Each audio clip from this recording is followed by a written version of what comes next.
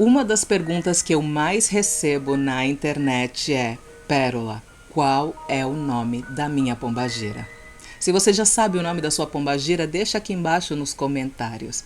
Mas, sabendo ou não sabendo o nome da sua pombagira, assiste esses relatos até o final, porque às vezes isso pode servir de ensinamento para você não ter que passar por essa lição de pombagira.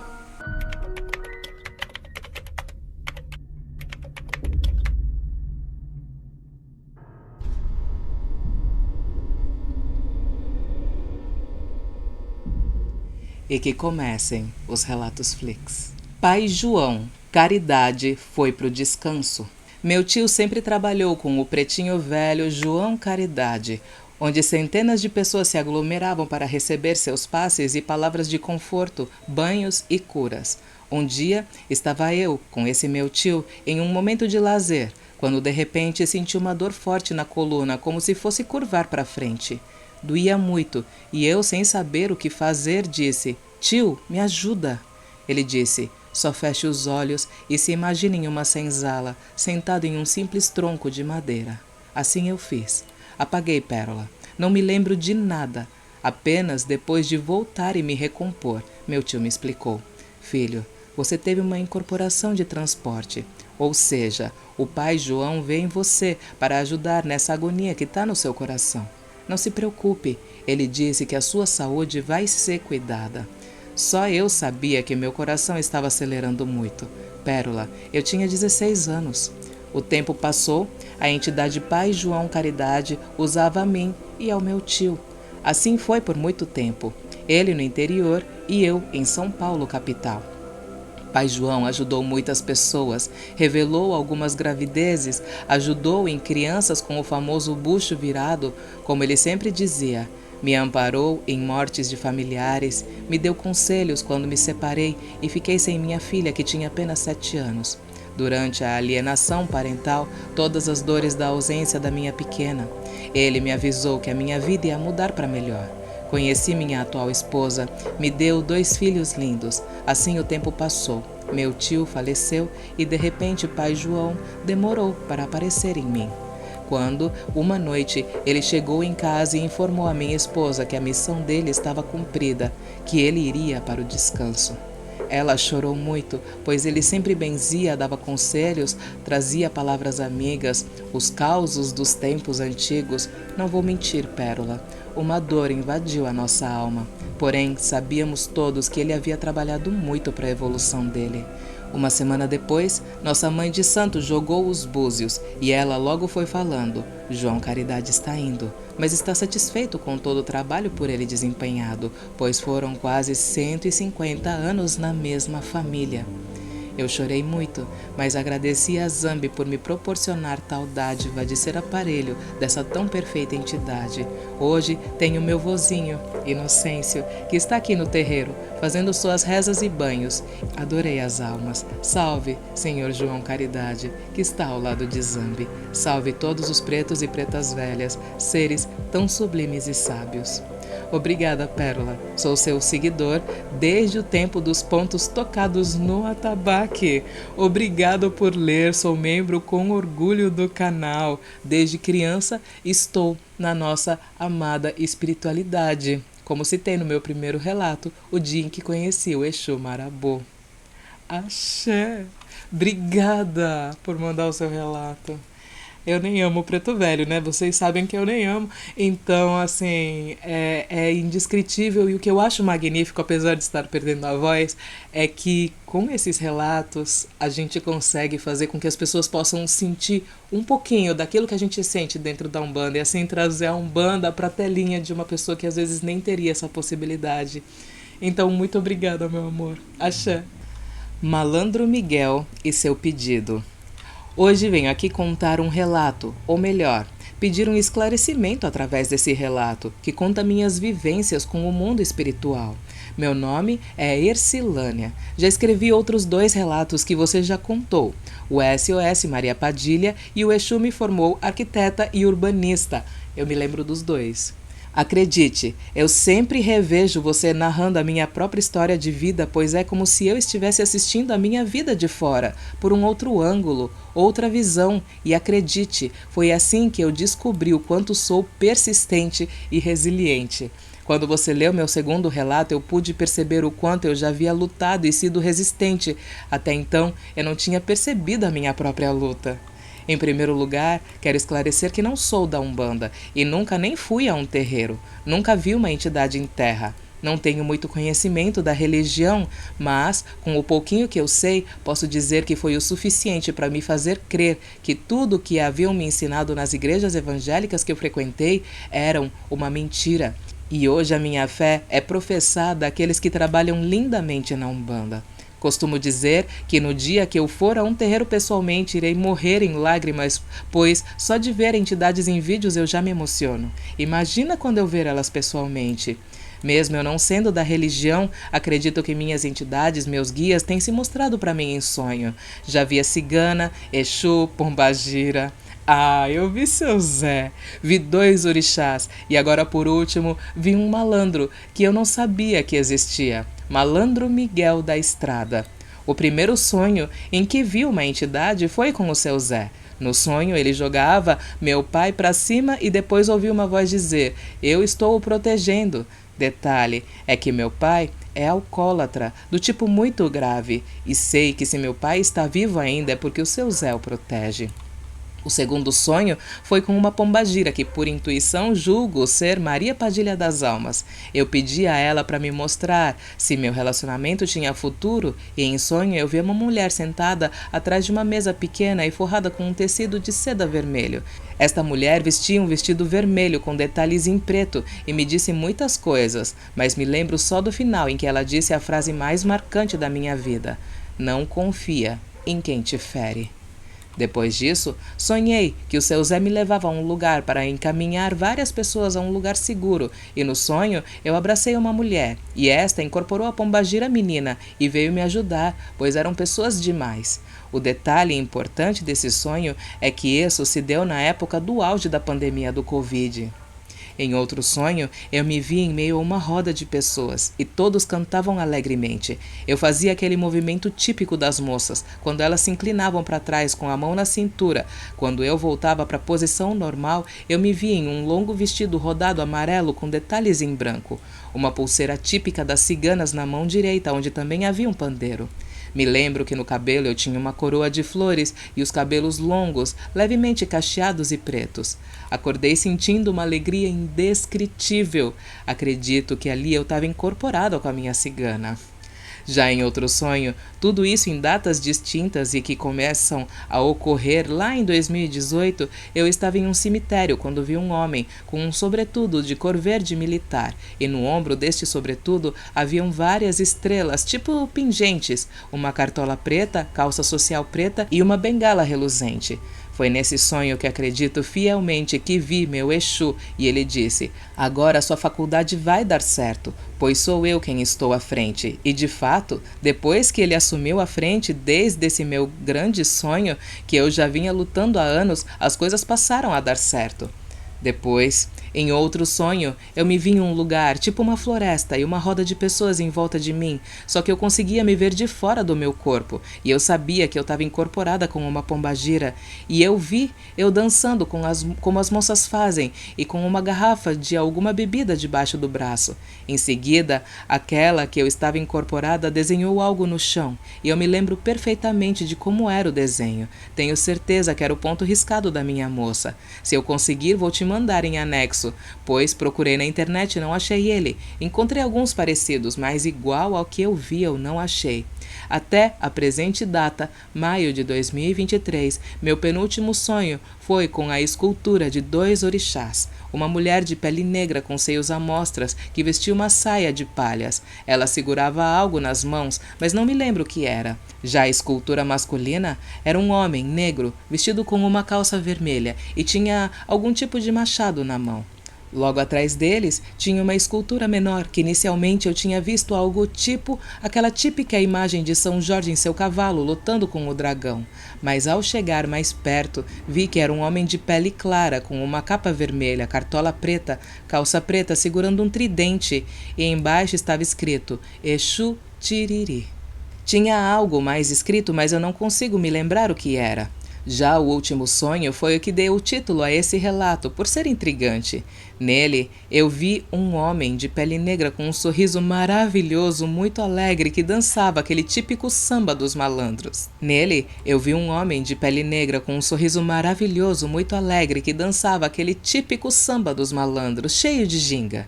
Ele vestia uma camiseta listrada de preto e branco, usava um chapéu preto, calça social preta e estava descalço. Ele tirou o chapéu, olhou para mim com aquele sorriso mais lindo e disse: "Vê se não me esquece, tá, moça? Malandro Miguel da Estrada." Daí ele deu uma gingada, colocou o chapéu na cabeça e eu acordei sentindo uma alegria indescritível. Agora eu pergunto, por que de todos esses sonhos eu nunca fui a um terreiro? Nunca vi nada disso pessoalmente, apenas amo de paixão todas as entidades e sempre tiro uns dedos de prosa com eles. Pérola, eu nem imaginava que existia um malandro com esse nome. Procurei algo sobre ele na internet e não encontrei muita coisa. Lembro que esses foram alguns dos sonhos mais fortes que tive com algumas entidades. Tenho muitos outros, mas que se eu for contar aqui vai dar um livro. Tenho uma intuição tão aguçada que às vezes eu tenho medo até de mim mesma. Sonho com coisas que depois de um certo tempo acontecem. Sonho com lugares que nunca vi na vida e depois de um certo tempo eu passo pelo lugar e ele é idêntico ao que eu sonhei. Enfim, são tantas coisas. Eu não comento isso com as pessoas, pois costumam taxar de loucos aqueles que têm essa sensibilidade espiritual. Sei também que isso não é brincadeira e por isso eu respeito muito. Gostaria de saber sua opinião sobre tudo isso, pois com o conhecimento que você tem dá para ter uma visão melhor que a minha. Ficarei muito feliz se mais uma vez você ler o meu relato. Um beijo para tu e aquele abraço pro Denis e recebam o meu sincero desejo de paz e luz a você e a sua família. Irmã, claramente você está no processo de desenvolvimento mediúnico, tá? Isso para mim é um ponto sem nenhuma advertência. Pode acreditar nisso. Esse processo já está acontecendo na sua vida e você tem 2 tipos de mediunidades aparentes a partir dos seus relatos. A mediunidade onírica e também a premonitória. Normalmente, o que eu oriento as pessoas? Continua nesse processo de autoconhecimento. Pega um caderno e anota todos os seus sonhos, todas as coisas que você sonhou e que aconteceu. Marca datas, faz com que isso se torne um documento, para que assim você encontre constâncias e assim você consiga se conhecer essa faceta sua. Porque isso vai te ajudar em algum processo da sua missão na sua vida. Pode ser que em algum processo no futuro, alguma coisa marcante, importante para a realização da sua missão, você precise dessa mediunidade, por isso que você tem ela. Então, hoje, o objetivo é você descobrir mais e mais sobre ela, só que mantém sempre o pé no chão. Cuidado com pessoas que trazem, vamos dizer assim, falsas expectativas. Tenta manter todo o pé no chão. Pensa que o mundo espiritual é uma ramificação do que existe aqui na Terra. Então, normalmente, os conceitos vão ser bem parecidos. Se for algo que sai muito de um conceito do que é aceito como correto por aqui, aí existe alguma complicação. É complicado, é difícil tentar explicar isso por vídeo, mas eu espero ter te ajudado de alguma maneira. Do convento ao terreiro. Cresci em um lar católico. Minha mãe sempre me levava nas missas e eu sempre gostei muito de estar em contato com o espiritual. Desde criança tive interesse em entrar em um convento. Quando completei 19 anos, terminei um namoro de anos e entrei à procura de uma maior entrega a Deus. Foram quase 2 anos de muita aprovação. Nunca me senti tão deslocada na minha vida. Muitas coisas ali não faziam o menor sentido para mim, e eu todos os dias rezava para Deus me ajudar.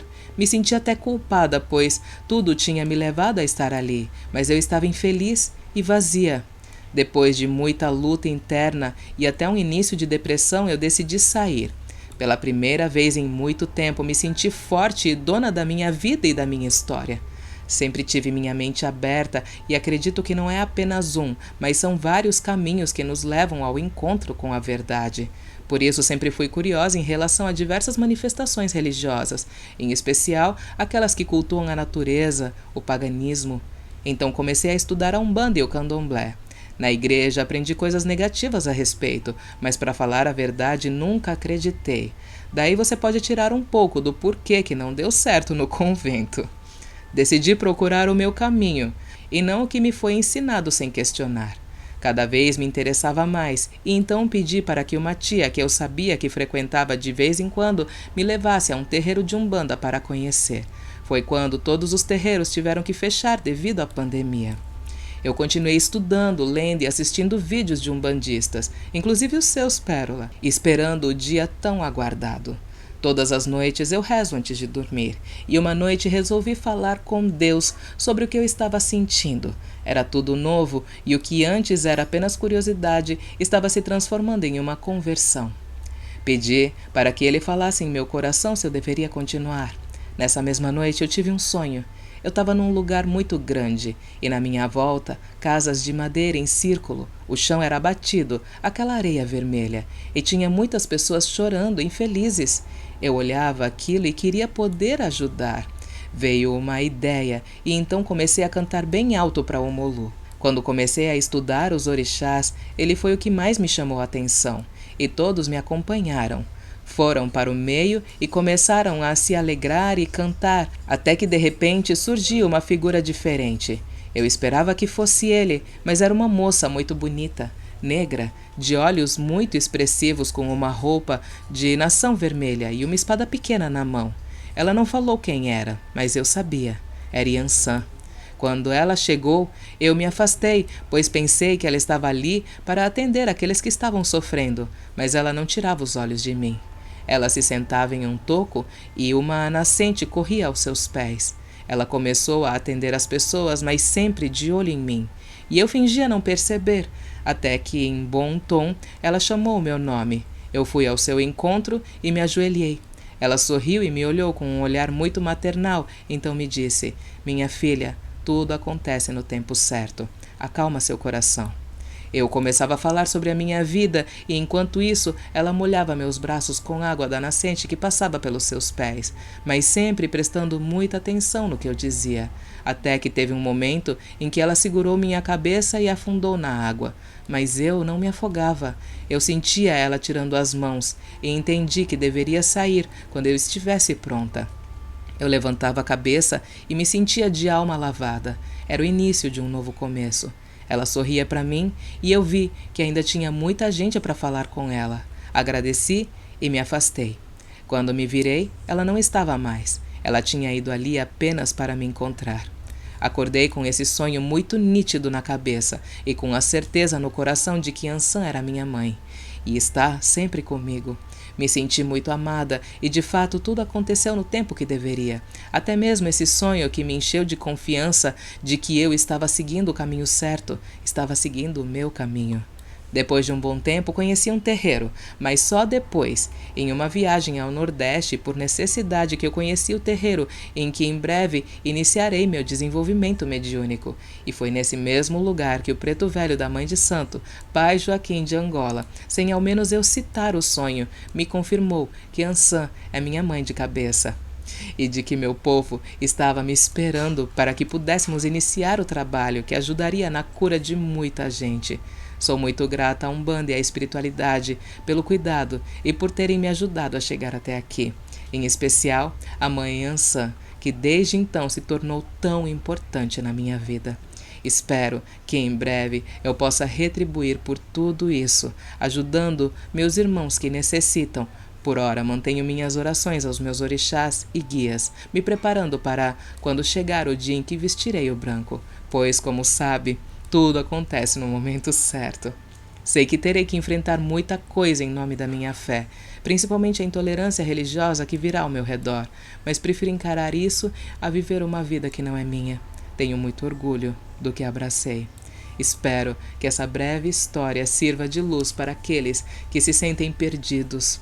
Nossos orixás nunca nos abandonam e sempre nos ajudam a chegar ao lugar que nos pertence. Tenham fé. Um abraço, Pérola, que Ansan ilumine seu caminho. O meu nome é Carol, tenho 24 anos e moro em Brasília. Boa noite para quem é de boa noite. Bom dia para quem é de bom dia. Axé, irmão. E que a sua trajetória continue bela e constante como ela tá. Muito axé para você. Seu Zé me respondeu uma pergunta que fez há 4 anos atrás. Vou começar falando um pouco do meu pai, para que lá na frente você e o pessoal que acompanha possam entender. Meu pai carnal faleceu há uns 4 anos atrás e se chamava Ailton. Um homem maravilhoso, bondoso, amava pescar, beber com amigos, adorava a família reunida, mesa farta. Era conhecido no bairro todo. Pensa num paizão, Pérola, um avô maravilhoso. Minha filha chamava ele de vovô Pirulito. Devido a um AVC, os rins pararam de funcionar. Ele passou a fazer hemodiálise. Chegou a esse ponto, pois era hipertenso, fumava, levava uma vida de excessos. Era teimoso, sabe? Mas tinha um coração gigante. Uns anos depois, veio a falecer. Foram momentos de muita tristeza. Perguntava a Deus todos os dias, por que o Senhor fez isso comigo? Por que tirou meu pai de mim? Meu único e grande amigo. Eu pedia a Deus que ele viesse me visitar em sonhos ou que ele aparecesse para mim, para me dizer como e onde estava. Era só o que eu queria saber, como e onde ele estava. Eu passava noites em claro, Pérola, pois meu coração não aceitava essa perda, porque ele era o único que me entendia, me aconselhava, era meu amigo, e eu tinha a esperança dele vir conversar comigo. Pérola, pensa na saudade que eu tinha e tenho até hoje do meu ébano. Era assim que eu o chamava. Ele fazia aniversário dia 30 de março. Nesse ano, 10 dias antes dessa data, tive um sonho com o seu Zé, onde eu encontrava dentro de um buraco numa parede um cachimbo e um fio de conta. Peguei os objetos e andei mais um pouco. Avistei uma casa, bati na porta e um homem negro me atendeu, perguntando o que eu queria. Eu dizia para ele: olha o que eu encontrei. Entrega para o seu Zé para mim. Ele, pegando os pertences das minhas mãos, deu um leve sorriso de canto de boca e balançou a cabeça, fazendo um gesto de afirmação. Ele me convidou para uma gira que aconteceria naquele local à noite. Eu sorri, o cumprimentei e saí da casa. Quando passei pelo mesmo buraco onde encontrei o cachimbo e a conta, tinha uma imagem de seu Zé, quebrada. Fiquei muito confusa, mas segui em frente. De repente me vi em um lugar cheio de árvores e plantas bem verdinhas. Um tronco de árvore caído no chão. Encontrei seu Zé com aquele jeitão dele, chapéu branco com uma fita vermelha em volta, terno branco, gravata, um copo de cachaça numa mão e um charuto na outra, e a gente conversava muito, mas eu só me lembro quando eu perguntei a ele: seu Zé, me diz aí, como que tá o meu pai? Aí ele falou: quem? O Molu? O engraçado é que eu não sei quem é meu pai de cabeça, só a mãe, que é o Pará. Aí eu falei pra ele: não, esse não, eu falo do meu pai da terra, Ailton. Aí ele sorriu e falou: ah, aquele pescador, ele tá num bom lugar, ele é um bom rapaz. Acordei com o coração leve, Pérola. Me deu uma alegria, sabe? Porque eu vinha procurando essa resposta há uns 4 anos. E você lembra que eu disse que ele adorava pescar? Então, quando o seu Zé disse aquele pescador, eu fiquei tão feliz e tive a certeza que estávamos falando da mesma pessoa. Enfim, tomei esse sonho como uma resposta da pergunta que eu tinha feito há 4 anos atrás. Não sei se sou algum tipo de médium, ainda duvido, irmã. Se seu Zé está nos meus caminhos, mas sei que depois desse sonho sempre coloco uma cachaçinha e um charuto para ele. Saravá, seu Zé. Sua bênção, mãe Pérola e pai Denis. O meu nome é Larissa e sou de Oxum, o Pará. Acompanho vocês há uns 3 meses e maratonei os seus vídeos. Desde já agradeço, pois seus vídeos me ajudaram a esclarecer muitas dúvidas, pois comecei a visitar um terreiro há 5 meses. E vim aqui para contar essa experiência com o seu Zé e com o meu pai. Axé. Axé, sua linda. Ó, ainda te faço a pergunta. Ainda acha que pode ser médium? Irmã, vai trabalhar essa mediunidade. Contato do meu pai após sua morte. Comecei a frequentar a Umbanda em 2003, com 22 anos. Em 2004, eu já estava participando do desenvolvimento e estávamos lendo um livro chamado Mediunidade, um mergulho no mundo oculto dos terreiros. Esse livro é antigo e é bem difícil de encontrar hoje em dia, mas eu recomendo ele a todos. O que eu vou falar aqui é do conhecimento do livro, então não chega a ser um spoiler. O livro conta sobre um médium de Umbanda que falece e conta como é a gira do lado de lá. Vou contar uma coisa que acontece no começo do livro, pois é muito importante ao meu relato. No livro, após o médium falecer, ele quer entrar em contato com uma médium amiga dele, e o caboclo que está acompanhando fala para ele encostar na nuca dela, que ela irá conseguir ouvir ele. E a história se desenrola mais depois disso. Nessa época, meu pai e minha mãe tiveram problemas no casamento e estavam separados. Eu morava com a minha mãe e meu pai morava num apartamento em São Paulo, e eu visitava ele quando podia. Cheguei a levar o meu pai algumas vezes nas giras e ele passou pelo tratamento na cura, pois estava com enfisema pulmonar. Em um dos tratamentos, o médico deu alta para ele e ele saiu bem. Algumas semanas depois, meu pai teve uma piora e veio a falecer. Minha mãe ainda estava muito magoada e até com raiva do meu pai, e não quis ir nem no enterro, porque tinha falado para ele que não queria ver ele nem pintado de ouro na frente dela, e que isso valia também para o funeral. Uma semana após o falecimento dele, eu tinha voltado a trabalhar.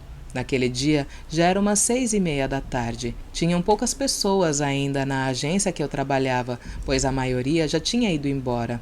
Estava trabalhando no computador e eu senti muito forte a presença do meu pai do meu lado direito e senti um caboclo do meu lado esquerdo. Um arrepio começou na nuca, muito forte, que foi até o pé, do fio do cabelo.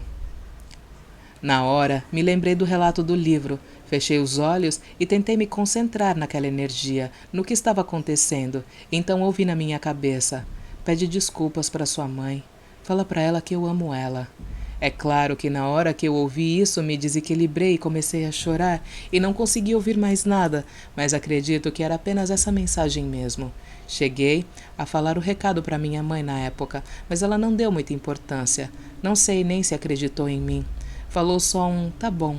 Alguns anos depois, eu entrei no assunto de novo em uma conversa.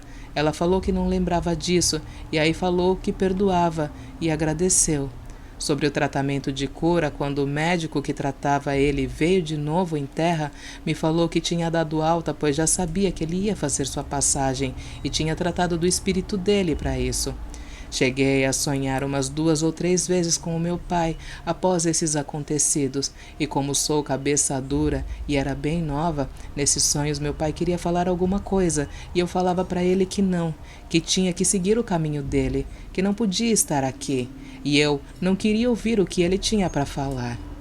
Ai, hoje eu me pergunto o que será que ele queria tanto me falar e eu nos meus sonhos não quis ouvir.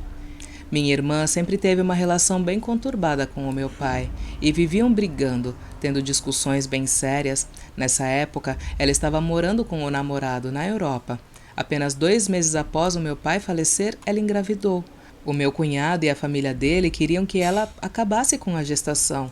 Na Europa, isso é legal e é mais aberto para falar sobre isso e fazer. Ela chegou a agendar e marcar data e horário com o médico para interromper a gestação. Ela estava se sentindo angustiada, mas estava querendo fazer mesmo assim. Na gira, eu conversei com as entidades sobre isso e pedi ajuda ao boiadeiro. Ele então pediu para tocarem o ponto para o Mulu. Eu senti muito forte a energia, mas estava no começo do desenvolvimento e ainda tinha muito medo de incorporar. Senti todas as energias e segurava. Encostei na parede e consegui segurar a energia. Na próxima aula de desenvolvimento, o Pai de Santo fez um tipo de meditação dirigida de energia de quem? O Molu, é claro. No fim da aula, eu percebi que eu estava toda curvada por causa da irradiação da aula. Precisava de receber aquela energia. No dia que minha irmã tinha marcado para fazer o procedimento no médico, eu sonhei com o meu pai. Ele estava fazendo doces na cozinha. Tinha bandejas de doce na cozinha inteira. Eu entrava na cozinha e ele falava que estava comemorando porque minha irmã tinha desistido de interromper a gestação. Eu acordei muito feliz com a sensação e certeza de que ela tinha desistido. Fui olhar meus e-mails e ela tinha mandado um e-mail falando que chegou a ir na clínica, mas chegando lá não teve coragem e desistiu. Menor que 3. Obrigada, Pérola, pela oportunidade de compartilhar nossas experiências com você e com as pessoas que te seguem. Axé. Esse relato, ele tem essas passagens tristes, mas para você que sofreu uma perda, esse relato mostra que existe o lado de lá, que não é o fim, a morte não é o fim, que são todos estágios e que o amor vai continuar aqui, além desta vida, vai para outra vida. Axé. A grande lição da minha pombageira. Há quase 20 anos, no terreiro, recebi a minha moça pela primeira vez. Eu tenho uma vaga lembrança dela se apresentar como Pombagira Maria Padilha das Almas. E eu falei esse nome em voz alta. Desde então trabalho com ela. Ajudamos muita gente e sempre foi maravilhoso. Com o tempo, descobri outros guias com quem trabalho. Bem, no ano passado, em uma festa de ciganos, eu estava ansiosa para falar com os guias que estavam para chegar, até que durante os toques do atabaque eu fiquei tonta e comecei a sentir a energia pesar em mim. Cheguei para minha mãe e falei que não estava bem. Ela me disse então: "Acho que você está para receber a sua moça." Eu falei: "Acho que não. Eu estou sentindo a presença dela, mas está mais forte do que o normal." A mãe de santo então disse: "Deixa ela vir." Eu respirei fundo e ela veio. Era minha moça, a Maria Padilha das Almas. Ela foi na frente dos atabaques e pediu para falar, e começou: "Eu estou nessa casa com a minha menina há muito tempo. Mais tempo que nem vocês e nem ela sabe. E eu não sou a Maria Padilha das Almas. Não sou e nunca fui." Nessa hora, ela soltou uma gargalhada, pegou um cigarro e continuou: "No dia em que eu cheguei aqui, antes de eu me apresentar, ela falou que este era o meu nome, sem nem escutar o que eu tinha para dizer. Então eu deixei ela se enganar. Mas agora já está na hora dela aprender a ouvir. Não só ela, como muitos que estão aqui. Vocês não sabem ouvir. Ficam achando que Pombagira se limita a Padilha e Mulambo, quase saindo nos tapa para ver quem vai ter essas moças. Mas não é assim que funciona. Existem milhares de damas diferentes com nomes que vocês nunca ouviram, mas teimam em se apegar nas duas únicas moças. E o mesmo vale para os Exus pretos velhos e todas as linhas. A gente deixa vocês acreditar no que quiser. Mas hoje cansei disso. Mostrei a ela pela primeira vez em 20 anos a minha real energia e ela não reconheceu, mesmo sentindo que era eu. E por quê? Porque se apegou demais à vaidade de querer alguém famoso e poder dizer com todas as letras que tem alguém de nome. Mas agora, depois que vi um fuxico ali de gente querendo olhar na energia burra quem era sua moça, eu pensei: tá indo longe demais esse negócio. E tem mais, eu não vou dizer quem eu sou, não. Ainda só digo que sou cigana e tenho orgulho do meu povo, da minha raiz e da minha origem. Agora, filha, tome vergonha e aprenda a ouvir. E digo mais, seus guias nunca disseram os nomes que têm. Você deu o nome de todos. Agora se vire e descubra quem somos." Ela gargalhou e foi embora. Fiquei com a minha cara no chão. Passei 20 anos me enganando e agora estou na luta, tentando descobrir quem ela é e quem são os outros. Se eu descobrir, um dia eu volto para contar. Beijos e axé. Axé. Um ponto que eu quero colocar aqui para esclarecer que olhar na energia burra é olhar no celular. É assim que a minha entidade também chama as energias de eletrônicos. Então, para quem ficou com essa dúvida, e isso é algo muito real, muito real. E isso me faz me questionar a respeito de mim mesma, sabe? Porque eu trabalho com Maria Padilha das Almas, mas quando Maria Padilha me disse o nome dela, não foi durante a incorporação, foi num processo que não estava tendo a incorporação, e eu nunca tinha ouvido esse nome. nunca tinha ouvido. E naquele tempo não era internet do jeito que é hoje, sabe? Então todas as vezes eu fico falando, gente, por que, que eu falei o nome de uma entidade que seria famosa, sendo que eu não conhecia essa entidade? E quando a gente fala sobre entidade espiritual, tem um conceito de fundamentos que vem de Fá, vem de Candomblé, onde eles falam que são os nossos ancestrais. Olha só, falam que são os nossos ancestrais que a gente incorpora. Então, por exemplo, eu incorporo a minha avó, eu incorporo a minha tataravó, eu incorporo alguém que foi da minha linhagem sanguínea nessa existência. Existe esse fundamento. E, gente, Maria Padilha das Almas era espanhola. E eu sou de um país de origem espanhol. Eu não sou brasileira. E isso acabou trazendo um sentido muito grande para mim. E eu espero que esse conhecimento te tire alguma dúvida também. Então, por favor, manda o seu relato pra gente. Não esquece de compartilhar esse vídeo, porque a gente precisa do seu compartilhamento. Não esquece também de deixar o seu comentário aqui, deixa o nome da sua pombagira, ou deixa o que você tem a respeito dela, como ela é, como você já viu ela, que aí a gente pode tentar conversar um pouquinho. Então, para que o algoritmo te recomende também os nossos próximos conteúdos, você continue aí atualizado dos conteúdos que a gente traz por aqui. Muito axé! Muito obrigado por mandar a sua história. Ah, e mais uma coisa. Se você colocar Pérola lê meu relato e o título do relato, eu vou ler ele, vou dar prioridade na próxima gravação, tá bom? Beijos. Axé. Eu amo você.